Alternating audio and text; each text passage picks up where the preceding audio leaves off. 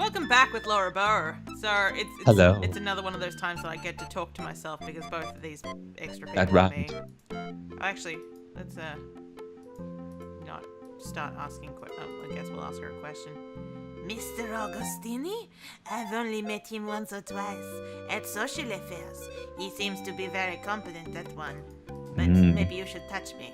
Is there something you wanted, Miss Bow? In my pants, perhaps. Good evening, Dr. Miklos. Hello. Oh, good evening, Miss Bow. Have we been introduced? I don't know how I know you. I really don't know you, actually. Dr. Carter is a very odd one, if you ask me. I'm sort of British, sort of Greek. I don't know what's going on. He's very interested in gaining personal glory. He doesn't seem to be fully understand the beauty of what he's discovered. Why, the Dagger of the Amon artifacts are a symphony of this something that we've gotten ahead of me. Dr. Carrington is a quiet one. I don't see him very often. I'm certain, however, that he must have a poetic soul. I'm sure he does. What makes you say that, Dr. Miklos? I've seen him walking amongst the dead in the Egyptian exhibit late at night. I cannot blame him. It's better than moonlight on headstones. Oh, I'm happy. No. Ah, yes, Detective O'Reilly. I can say that I'm overly fond of that one. He has little respect for the wonderful things in the museum, and he is too firmly rooted in this life. I do not believe he likes the dead at all. Can you imagine? He's standing right next to me. I tried to go with like a kind of, European accent, but I think the British kind of suits her. Yes. I'm sorry, I don't know what a crodfoller is. Is it some sort of pastry? Yes, it is.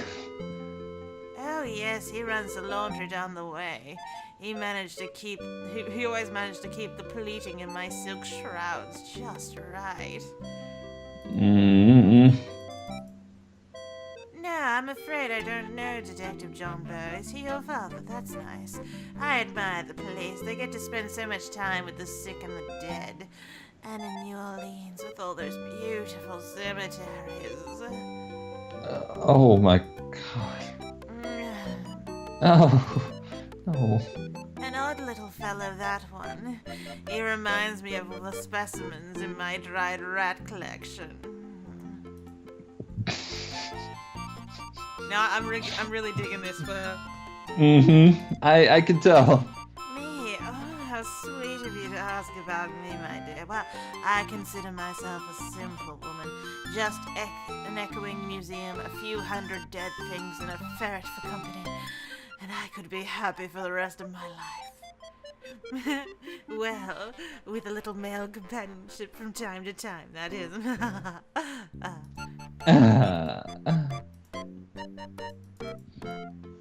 I find Yvette to be charming, young lady. Some people around here don't appreciate her zest for life, but I find her quite refreshing. I'm sure she does find her more kind of refreshing. Ah, Wolf. He has some lovely scars, doesn't he? Just between us gals, I think it's dreamy. Oh, yeah. The young Steve Dorian. He's a charming young fellow. I imagine he has some wonderful scars working the docks. I haven't met him yet, but I can imagine it real good, yes. I don't know if I trust that one. She screamed when she saw my beautiful dried rat exhibition, but cried like a baby when my ferret Daisy bit her ankle. Foolish woman. She's dead now. Well, not yet. Maybe. Oh. Mr. Najir is a very quiet one, isn't he? And so polite. Sometimes I wonder about him, though. I see a certain light in his eyes. Like Daisy's, when she's about to kill a spider. I think I like Mr. Najir. Oh. The Tribune is an excellent paper. You are most fortunate to be employed there, Miss Bow. Oh, why thank you, Dr. Miklos. Stick with the Tribune, my dear, and you will most certainly go far. Their article on dysentery and the horrendous of Spain was simply marvelous. Spain. Spain's lovely. Spain. Oh, I find the police fascinating. They spend all their time trying to stop crime and murder, and yet they shoot people themselves. Interesting, isn't it? Why am I not the heroine of this game? Spain. I'm sure I don't have an answer for that, Miss Bow. Oh. I never have any answers, Miss Bow. You're standing on a police detective. I love to walk along the docks on a moonlit night and feed carrion to the rats. Such friendly little fellows. Playdecker is my home now. I never want to leave it. Its musty hallways and creeping shadows are in my very blood.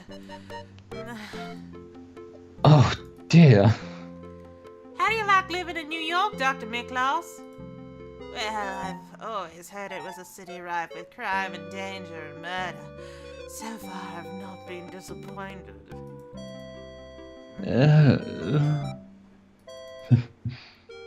Yes, I'm aware many people enjoy going to such places.